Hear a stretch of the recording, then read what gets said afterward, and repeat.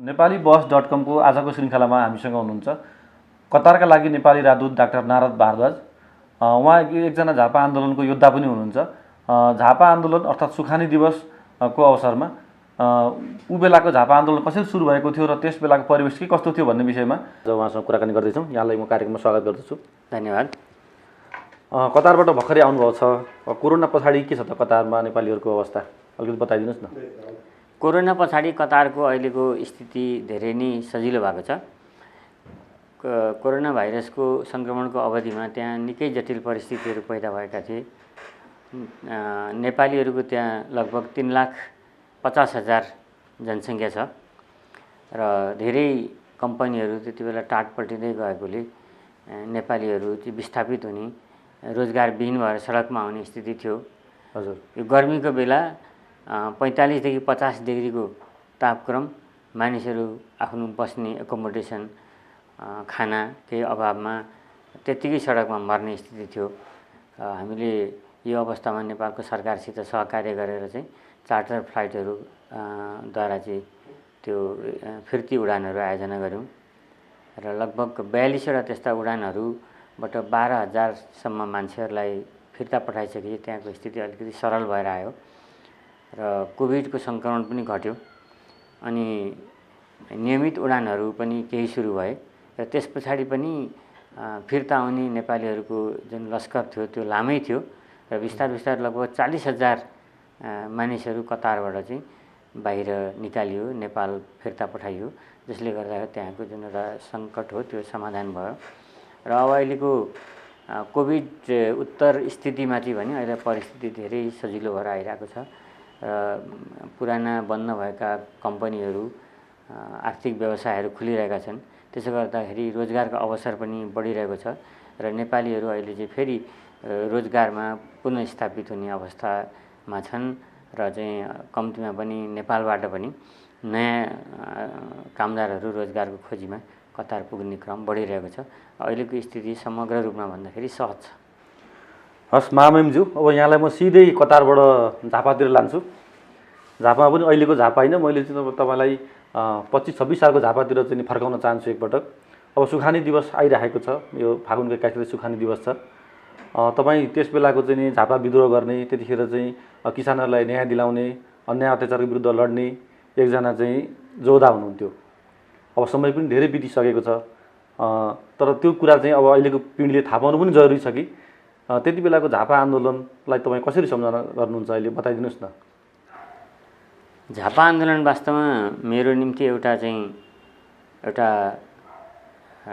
यस्तो सपना हो जुन आज एउटा चाहिँ सजीव जीवन तथा त्यसले प्राप्त गरिरहेको छ र झापा आन्दोलनका आदर्शहरू, मूल्य मान्यताहरू जुन स्थापना गर्नको निम्ति हामीले त्यति बेला लडेका थियौँ, हाम्रा सहकर्मी नेता र कार्यकर्ताहरूले बलिदान दिएका थिए, त्यो आज सफलीभूत भएको छ र नेपाली जनताहरू आज निरङ्कुशताबाट बाहिर आएर एउटा लोकतान्त्रिक गणतन्त्र मुनि आफ्ना अधिकार स्वतन्त्रताहरू उपभोग गर्न सक्ने स्थितिमा पुगेका छन् र यो मेरो निम्ति धेरै खुसीको कुरा हो र झापा आन्दोलन चाहिँ मेरो स्मृति पटमा साह्रै चाहिँ गहिरोसँग बसेको एउटा ऐतिहासिक कालखण्ड हो।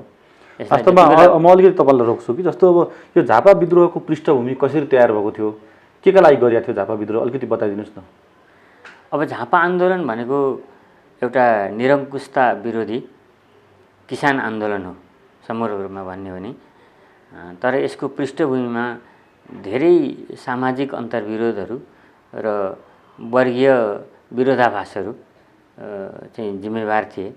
किन भन्दाखेरि नेपालमा 30 वर्षसम्म चलेको निरङ्कुश राजतन्त्रको मुनि समाज अत्यधिक खण्डित र ध्रुवीकृत भएको स्थिति थियो र समाजमा वर्गीय विभेद र चरम स्थितिमा पुगेको अवस्था थियो र सामन्तवादको उत्कर्षको अवस्था त्यति बेला थियो र सामन्तहरू आफ्नो पुरानो लुटको साम्राज्य स्थापना गर्न हत्या गरेर लागेका थिए भने जनताहरू त्यो सामन्तवादी सिकन्जाबाट त्यो दासताबाट मुक्त भएर स्वतन्त्र नागरिकको जीवन बाँच्नको निम्ति आन्दोलन गर्न बलिदान गर्न तत्पर भएको त्यो स्थिति थियो र त्यसले गर्दाखेरि यो एउटा झापा आन्दोलन भनेको इतिहासको एउटा भिन्नै कालखण्ड हो र जसलाई वास्तवमा त्यो झापा आन्दोलनको पृष्ठभूमिलाई नबुझ्ने मान्छेहरूले अहिले यथार्थमा त्यसलाई राम्ररी व्याख्या गर्न पनि सक्दैन। त्यस बेलाका शोषणका रूपहरू कस्ता कस्ता थिए अलिकति प्रश्न पारिदिनु। अब झापा भनेको नेपालको सबभन्दा धेरै धान फल्ने देशको एउटा भनौँ न अन्न भण्डार हो। त्यति बेला झापा पहाडबाट आएका आप्रवासी किसानहरू बसोबास गरेर त्यसलाई चाहिँ उजागर गरिएको, त्यसलाई गुल्जार बनाइएको एउटा त्यो क्षेत्र थियो र त्यहाँ विभिन्न वर्गका मान्छेहरू आफ्नो वर्चस्व, आफ्नो चाहिँ स्ट्याटस र आर्थिक अधिकार स्थापनाको निम्ति प्रतिस्पर्धा गरिरहेको अवस्था थियो र सुरुमा जब पञ्चायत राजतन्त्रले जङ्गल फाँडेर बसोबास गराउने नीति ल्यायो र ठुल्ठुला जमिनदारहरू स्रोत सम्पन्न चाहिँ अब सम्पन्न चाहिँ व्यापारीहरू र त्यहाँ आएर ठुलो भूखण्ड कब्जा गरेर त्यसलाई आफ्नो स्वामित्वभित्र ल्याउन चाहिरहेका थिए र किसानहरू पहाडबाट विस्थापित भएर त्यहाँ आएर आफ्नो नयाँ जीवनको निर्माण गर्ने प्रयत्न गर्दै थिए र त्यति बेला यस्तो स्थिति थियो कि 7 सालको क्रान्तिको बेलामा जुन पूर्वी पहाडमा जुन जातीय द्वन्द्व भयो, त्यो जातीय द्वन्द्वपछि विस्थापित भएको ठुलो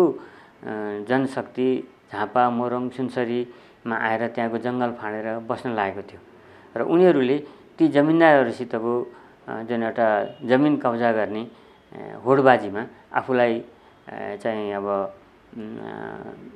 चाहिँ सक्षम प्रमाणित गर्न सकेनन्। त्यस्तो हुँदाखेरि किसानहरू वास्तवमा फेरि पनि एउटा सीमान्त वर्गमै पर्न गए र पहाडबाट विस्थापित भएर आएर पनि मधेसमा उनीहरूले आफूलाई चाहिँ जमिनको मालिक र जमिनको स्वामित्व आफ्नो हातमा लिन सक्ने स्थिति भएन।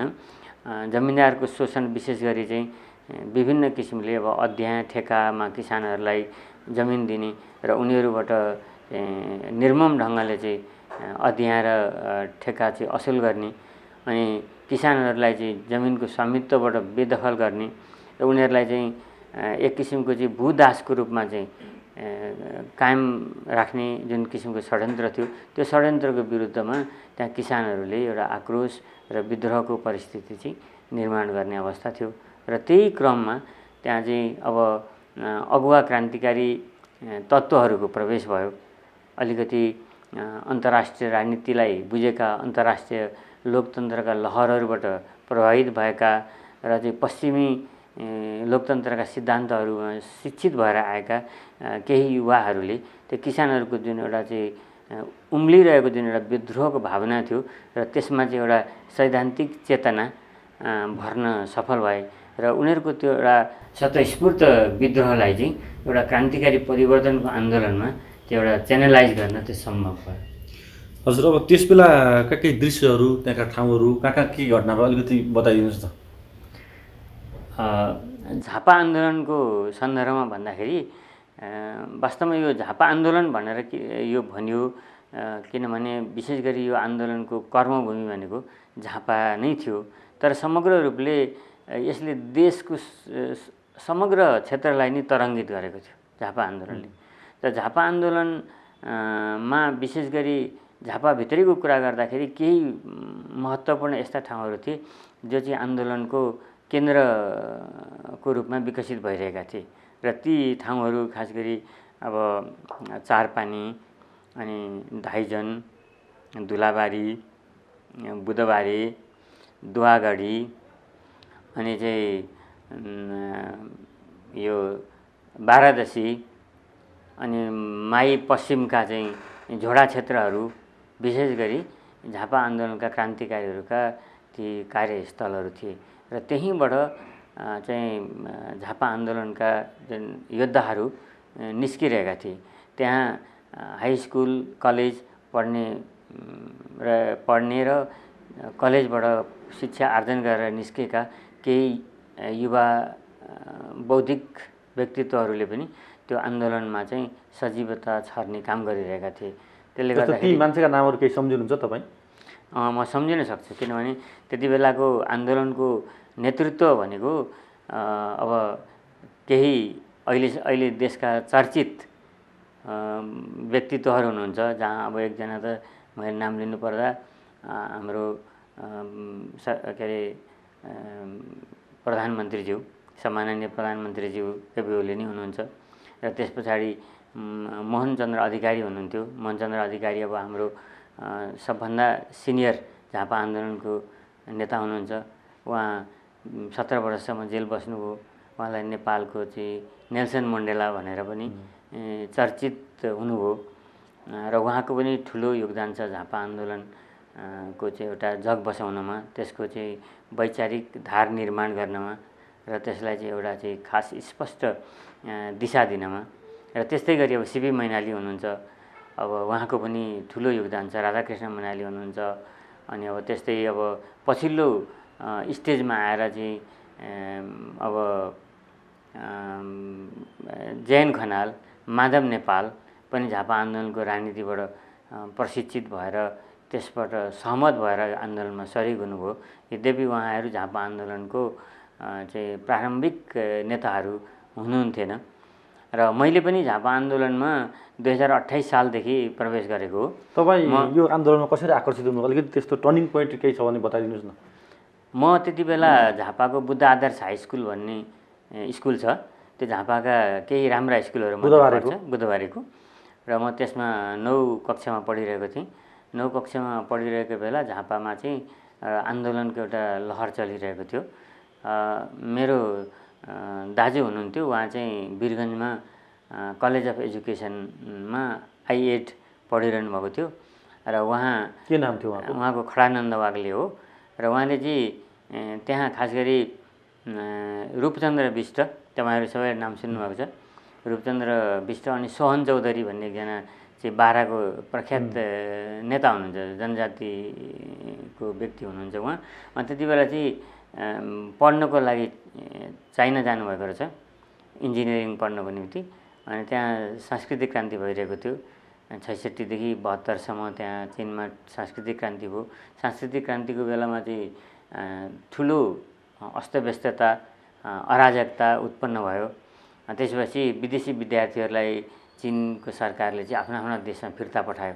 पछि स्थिति साम्य भएपछि फेरि बोलाएर तपाईँहरूको शिक्षा पुरा गरिदिन्छौँ हामी, तपाईँहरू अहिले घर फर्किनुहोस् भनेर घर फर्कायो। अनि सोहन चौधरी पनि त्यही क्रममा फर्केर आउनुभएको थियो। फर्केर आउने बित्तिकै उहाँ चाहिँ चीनको सांस्कृतिक क्रान्ति, त्यहाँको राजनीतिक प्रणाली अनि माओ त्से-तुङको राजनीतिक विचारधाराबाट प्रभावित भएर आउनुभएको थियो। आएर उहाँले त्यस क्षेत्रमा चाहिँ एउटा प्रगतिशील विचारहरू प्रचार गर्ने काम गर्न थाल्नुभयो। त्यही क्रममा कलेज अफ एजुकेसनमा पढ्ने केही विद्यार्थीहरू, त्यसमा जस्तो मेरो दाजु खडानन्द वाग्ले हुनुहुन्छ, त्यस्तै अर्को एकजना भीमबहादुर बस्नेत हुनुहुन्थ्यो, अनि त्यस्तै अर्को सूर्यबहादुर चाहिँ कार्की भन्ने भोजपुरका सूर्यबहादुर बस्नेत भन्ने उहाँ हुनुहुन्थ्यो। त्यस्तै गरी अरू पनि मान्छेहरू त्यो कलेज अफ एजुकेसनबाट प्रशिक्षित भएर आएका। अनि यतापट्टि झापामा अर्को एउटा परिस्थिति के निर्माण भइरहेको थियो भन्दाखेरि हाम्रो झापा चाहिँ इन्डियाको पश्चिम बङ्गालको सिमानामा पर्छ। त्यहाँ पश्चिम बङ्गालको नक्सलबारी भन्ने ठाउँमा चाहिँ एउटा सशस्त्र किसान विद्रोह सुरु भएको थियो। पछाडि त्यो सशस्त्र किसान विद्रोह चाहिँ नक्सलबारी आन्दोलन भनेर प्रख्यात भयो र त्यो आन्दोलन चाहिँ अब कानु सन्याल, चारु मजुमदार, अनि त्यस पछाडि दीपक सन्याल, यसरी दीपक विश्वास भन्ने नेताहरूबाट त्यो चाहिँ सङ्गठित र निर्देशित आन्दोलन थियो र त्यो आन्दोलनलाई भारतको सरकारले चरम दमन गर्यो र दमनको सिलसिलामा त्यो आन्दोलनले चाहिँ सशस्त्र स्वरूप ग्रहण गर्यो। त्यहाँ चाहिँ केही चौकीहरू लुटिए र चौकीबाट लुटेका हतियार लिएर चाहिँ गुरिल्लाहरू चाहिँ गाउँ गाउँमा घुम्न थाले। तर दमन बढ्दै गइसकेपछि उनीहरू झापातिर विस्थापित भएर झापातिर बस्न थाले। किनभने पश्चिम बङ्गाल र झापाको दक्षिण अथवा पूर्वी क्षेत्रको जुन जनजातिगत बनावट पनि एउटै छ। त्यहाँ चाहिँ सन्थालहरू, राजवंशीहरू छन्, पारिपरि पनि सन्थाल र राजवंशीहरू छन्, अनि उरावहरू छन्, किसानहरू छन्, मेचेहरू छन्। अनि उनीहरू पारीका क्रान्तिकारीहरूका कति पारिवारिक सम्बन्ध यता पनि भएको हुँदाखेरि सरकारको दमनबाट बच्नलाई उनीहरू नेपाल आउन थाले। नेपाल आउँदाखेरि नेपालका क्रान्तिकारीहरूसित उनीहरूको बेला बेला भेटघाट हुने, छलफल हुने। त्यस क्रममा चाहिँ अब इन्डियाको नक्सलबारीकै किसिमले नेपालमा पनि आन्दोलन हुने एउटा प्रयत्न भइरहेको र त्यो प्रयत्नलाई उताको अनुभवले चाहिँ गति दिने काम गर्यो। र त्यो क्रममा खास गरी अब मोहनचन्द्र अधिकारी, राधाकृष्ण मैनाली, वीरेन्द्र राजवंशी, अनि शिवप्रसाद शिवाकोटी, रामनाथ दाहाल जस्ता नेताहरू त्यति बेला हुनुहुन्थ्यो।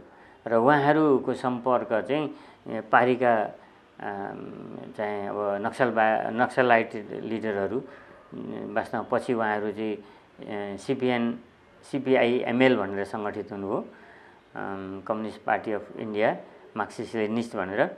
र उहाँहरूले चाहिँ त्यो नक्सलाइट आन्दोलनको जुन अनुभवहरू थियो त्यो अनुभवहरू सेयर गर्नुभयो। र हामीले पनि त्यही आन्दोलनबाट केही शिक्षाहरू पनि लियौँ। र चाहिँ अब उहाँहरूले भूमिगत किसिमले सङ्गठित हुने, किसानहरूकोमा आश्रय लिने, अनि आफ्नो शक्तिलाई चाहिँ ठुलो शत्रुको शक्तिहरूबाट सुरक्षित राख्दै आफ्नो साङ्गठनिक विस्तार गर्ने, जनतामा चेतना फैलाउने, समर्थकहरूको चाहिँ सङ्ख्या र त्यो एउटा परिधि बढाउने, त्यस्तो किसिमको काम गर्नमा उहाँहरूको जुन शिक्षा थियो त्यो शिक्षाले हामीलाई पनि सहयोग गर्यो। र हामी पनि सङ्गठित हुँदै गयौँ। त्यही क्रममा म विद्यार्थीको रूपमा चाहिँ त्यहाँ काम गरिरहेको थिएँ र मलाई पनि त्यो विद्यार्थी युनियन खोल्नको निम्ति प्रेरित गर्नुभयो। मलाई त्यसरी प्रेरित गर्ने त्यो साथीहरूमा एकजना शिवप्रसाद शिवाकोटी, नेत्र घिमिरे, अनि चाहिँ अब CP मैनाली, राधाकृष्ण मैनाली र मेरो दाजु घडानन्द वाग्ले स्वयं पनि हुनुहुन्थ्यो। र अनि म पनि त्यो विद्यार्थीको रूपमा एकजना स्कुलको विद्यार्थी नेताको रूपमा क्रियाकलापहरू मैले गर्न थालेँ। त्यही क्रममा चाहिँ विभिन्न चरणमा चाहिँ राजनीतिक नेताहरूसित भेट हुने क्रम बढ्दै गयो। त्यसबिचमा चाहिँ अब केपी ओली, रामनाथ दाहाल पनि पटक पटक हाम्रो एरियामा आउनुभयो। किनभने बुधबारे झापा आन्दोलनको एउटा चाहिँ एकदमै चाहिँ प्रभाव क्षेत्र थियो र त्यो धेरै महत्त्वपूर्ण त्यो ऐतिहासिक मिटिङ र सम्मेलनहरू पनि त्यो मेरो गाविसमा भएको थियो। र मेरो घर चाहिँ बिस्तार बिस्तार चाहिँ एउटा क्रान्तिकारीहरूको सुरक्षा स्थलमा परिणत भएको थियो। त्यस्तो भएको हुँदाखेरि त्यो सुरक्षा र संरक्षण दिने क्रममा म त्यो क्रान्तिकारी नेताहरूसित सम्पर्कमा गएँ। मेरो एक किसिमले एउटा सामाजिकीकरण गर्ने एउटा आदतै भएकोले नयाँ मान्छेसित कुरा गर्ने, उहाँहरूसित कुरा बुझ्ने, अनि अब आफ्नो चाहिँ जिज्ञासा मेटाउन प्रयत्न गर्ने क्रममा चाहिँ मैले के छ भन्दाखेरि विद्यार्थीको रूपमा पनि केही भूमिका खेल्न सक्छौँ हामी। र विद्यार्थीले पनि यो देशको परिवर्तनको लागि चाहिँ योगदान गर्ने ठाउँ छ, त्यसको लागि एउटा चाहिँ स्पेस छ भन्ने मैले महसुस गरेँ। गरिसकिसकेपछि म अलिकति समर्पित रूपले नि काम गर्न थालेँ।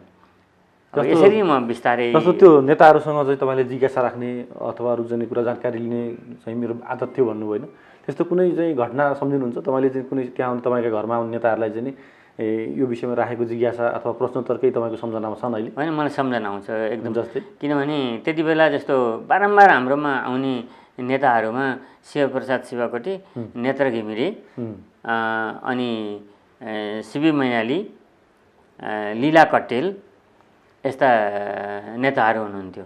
र त्यसमा पनि के छ भने शिवप्रसाद शिवाकोटी र नेत्र घिमिरे एकदमै वैचारिक सैद्धान्तिक कुरामा चाहिँ इन्गेज गर्ने, यङ केटाकेटीहरूलाई उहाँहरू चाहिँ त्यसरी चाहिँ आफ्नो तर्क वितर्कमा चाहिँ संलग्न गरेर उनीहरूको विचारलाई चाहिँ माझ्ने, उनीहरूका जिज्ञासाहरू मेटाइदिने, उनीहरूमा एक किसिमको चाहिँ त्यो आन्दोलन जगाइदिने मानसिक आन्दोलन जगाइने त्यस्तो काम गर्ने। त्यसै क्रममा एकचोटि चाहिँ अब जस्तो बुटन चौधरीको हत्या भयो झापा आन्दोलनको क्रममा पहिला भएका घटनामध्ये त्यो मानिन्छ। भनेको आन्दोलनकारीको तर्फबाट हत्या भयो उहाँको? हत्या भयो। त्यस पछाडि शिवप्रसाद शिवाकोटी भूमिगत हुनुभयो। भूमिगत भइसकेपछि उहाँ बुधबारेमा आउनुभयो र हाम्रो घर एउटा महत्त्वपूर्ण चाहिँ सेल्टर थियो, त्यो उहाँ बस्नुहुन्थ्यो। बसिसकेपछि हामी उहाँसित धेरै कुराहरू गर्थ्यौँ, तर्क वितर्क गर्थ्यौँ। उहाँलाई एउटा सेल्टरबाट अर्को सेल्टरमा लाने काम पनि मैले गर्थेँ। अनि त्यस क्रममा चाहिँ उहाँहरूलाई बुझ्ने, उहाँहरूको के उद्देश्यले यसरी हिँड्नु हुँदो रहेछ, यसबाट के प्राप्त हुन्छ र यसमा कस्तो जोखिम संलग्न छ र कसरी चाहिँ क्रान्ति सम्पन्न हुन्छ भन्ने बारेमा उहाँहरूसित चाहिँ मैले चाहिँ सोध्ने गर्थेँ। र अब चाहिँ विशेष गरी हामी न्यायको पक्षमा छौँ र न्यायको जित हुन्छ। र अहिले स्थिति उकुसमुकुसपूर्ण भए पनि, अहिले चाहिँ प्रतिक्रियावादी शक्तिशाली भए पनि वास्तवमा के छ भने जनताको जित हुन्छ, किनभने जनता सत्यको पक्षमा छन् भन्ने कुराहरू उहाँ भन्नुहुन्थ्यो। अनि जस्तो अब चाहिँ मार्क्सवाद, लेनिनवाद, द्वन्द्वात्मक भौतिकवाद, ऐतिहासिक भौतिकवादका सिद्धान्तहरूको बारेमा कुरा गरेर समाज कसरी दासयुगबाट परिवर्तन हुँदै हुँदै कसरी चाहिँ एउटा अविकसित अवस्थाबाट चाहिँ तुलनात्मक रूपले विकसित अवस्थामा रूपान्तर हुँदै आयो र एउटा अवस्थामा पुगिसकेपछि यो सम्पूर्ण शासन शोषणको अवस्था सकिएर एउटा समाजवादी समाजमा रूपान्तरण हुन्छ समाज। त्यस पछाडि समाजका समग्र विभेदहरू, शोषणहरू, अन्यायहरू र चाहिँ असमानताहरू सकिएर र समानतामा आधारित समाजको निर्माण हुन्छ र त्यसका निम्ति हामी लड्नुपर्छ भन्ने कुराहरू उहाँहरूबाट सिक्न पाएँ। र मैले आफूलाई चाहिँ एक किसिमले भन्नु भने त्यो ढङ्गले अभिप्रेरित गरेर मेरो मानसिक रूपान्तरण सम्भव भयो विद्यार्थी कालमा। तपाईँ कसरी गिरफ्तार हुनुभयो त त्यसपछि आन्दोलन गर्न लागेको मान्छे? त्यही क्रममा के भयो भन्दाखेरि अब झापा आन्दोलन एकपछि अर्को घटनाहरू घटिरहेका थिए। खास गरी झापा आन्दोलनले सुरुमा एउटा व्यक्ति हत्याको चाहिँ राजनीति अनुसरण गर्यो। त्यो व्यक्ति हत्याको राजनीति एउटा चाहिँ निरुद्देश्य हत्याको कुरो थिएन। त्यहाँ चाहिँ एउटा चाहिँ राजनीतिक सिद्धान्त थियो। कस्तो भन्दाखेरि जमिनदारहरू कुनै एउटा ठाउँको चाहिँ सत्ताका प्रतिनिधि हुन्। त्यो ठाउँमा उनीहरूको राजनीतिक सत्तालाई विस्थापित गर्नको निम्ति कहिलेकाहीँ उनीहरूको भौतिक अस्तित्वलाई नै आक्रमण गर्न पनि आवश्यक हुन्छ भन्ने किसिमको चाहिँ एउटा अवधारणा थियो त्यति बेला। र सरकार वास्तवमा स्थानीय सत्ताको बलमा टिकेको छ केन्द्रीय सरकार।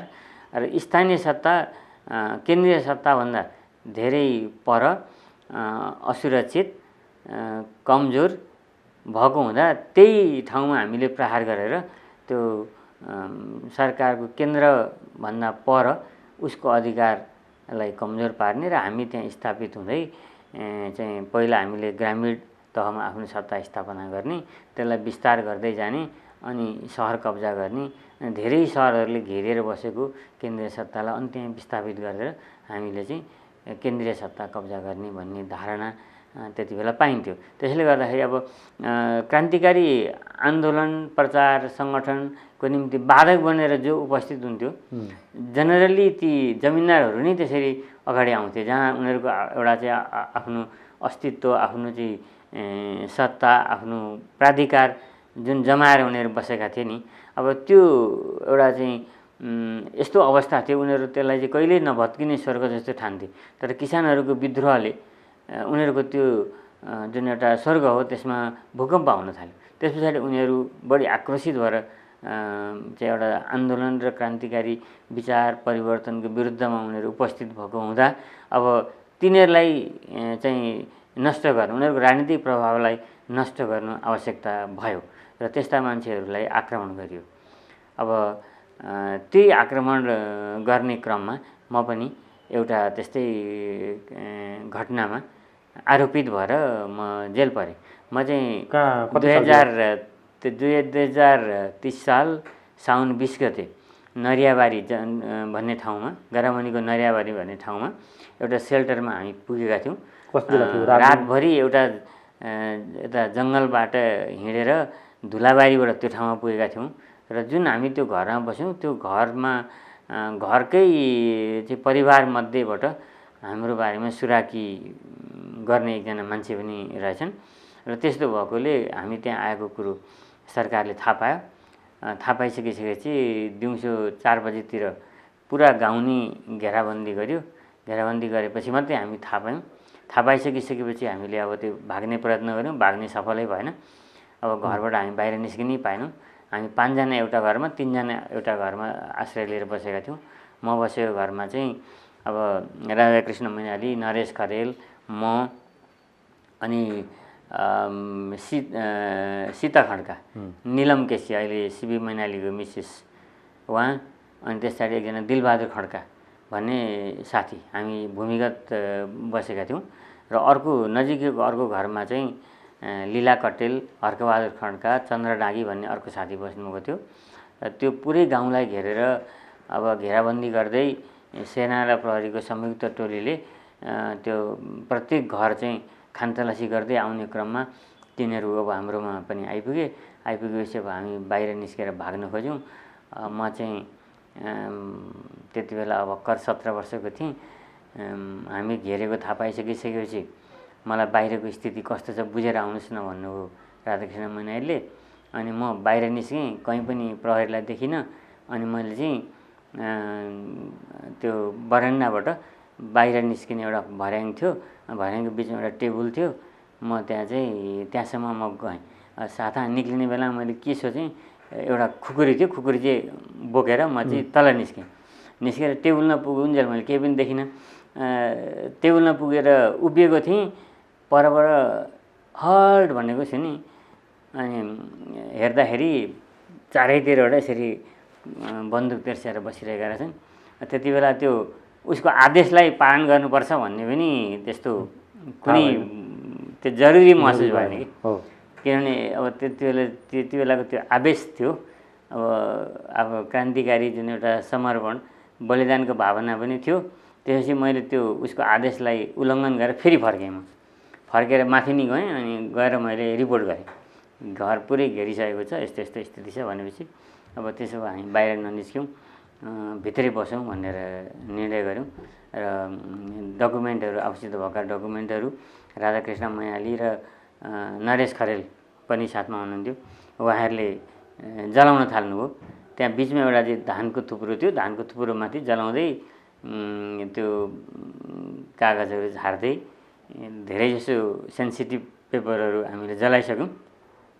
त्यस पछाडि चाहिँ बाहिरबाट धम्की दियो हामीलाई पक्रिन भनेर। त्यति बेला पदमबहादुर मानन्दर भन्ने एकजना त्यो एसपी थियो, जिल्लाको इन्चार्ज, ऊ गएको थियो। र उसले राधाकृष्ण मैनालीको नाम लिएर अब बाहिर आउँदैनस् भने हामी घरमा आगो लगाइदिन्छौँ भनेर धम्की दिएपछि अनि हामी बाहिर निस्क्यौँ। बाहिर निस्किसकेपछि अब हामीलाई चाहिँ अब जो बाहिर निस्क्यो उसलाई चाहिँ पक्रेर हात पछाडि लगाएर हतकडी लगायो।